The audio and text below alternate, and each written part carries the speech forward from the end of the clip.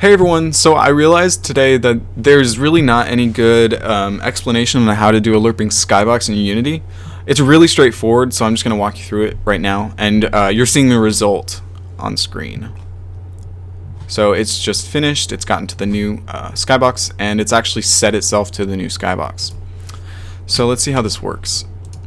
Basically, I've got three states of the skybox. I've got a start skybox, an end skybox, and a new skybox, which I'm going to be lerping through. So I don't set new skybox in the inspector, but I have it serialized so I can see it. Same thing with the start skybox. I'll talk about it in a second, but I'm grabbing from the Unity render pipeline or render settings.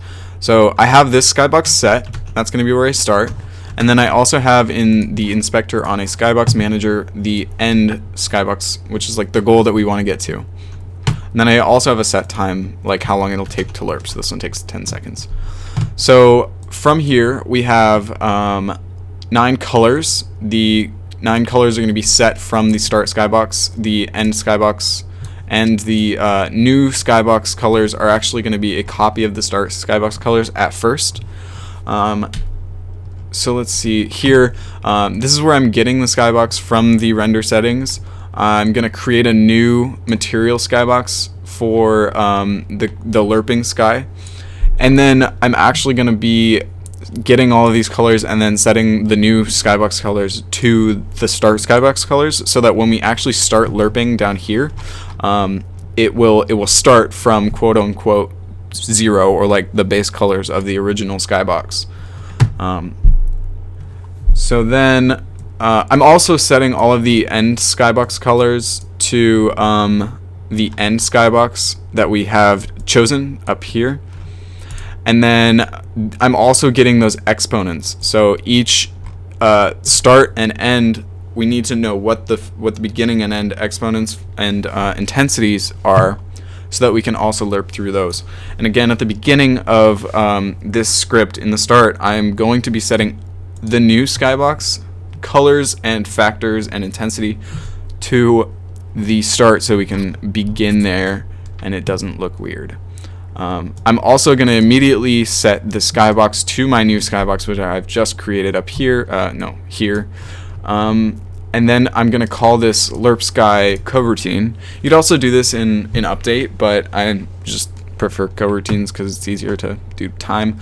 And basically, while this time is not 100% complete, like it's not 10 seconds have passed, I'm going to get a percentage, and then I'm going to set the RGBA values of this skybox, this new skybox, with this lerp function, starting from the start top to end top at percentage.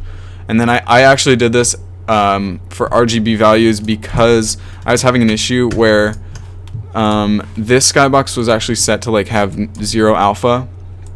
So I changed it, but I'm gonna leave this RGBA setting because it's, I think, clearer and the math is the same. It's just, I mean, it'll be done the same way if I used color.lerp, but I just wanted to be more explicit because now we have control of the A. So then I also did the same thing for the top factor from start to end, the bottom factor from start to end, and the intensity from start to end. And then every quote-unquote percentage, or however this is going to be stepped, is also gonna have to be set. So that's where I'm setting this new skybox, set float with the shader value, which you can actually access. It's not shown here, but if you go to debug and then saved properties, you can find floats here, which is exponent 1, exponent 2, and intensity. So these are the names that you have to use to access. And then we also have colors. This is the top color, this is the horizon color, and this is the bottom color. So same thing, we just have to set those with this set color function that is of the new sky material. And then we're just gonna step time so that we can figure out, you know, like how far we need, or how much longer we have. I also have it set so it debugs, and this actually sets it so at the end of this loop, the skybox is going to be set to the end sky instead of new sky up here, and we can actually start over again. And from like right here, we could write some code that's like create, or like, I don't know, ping pong back,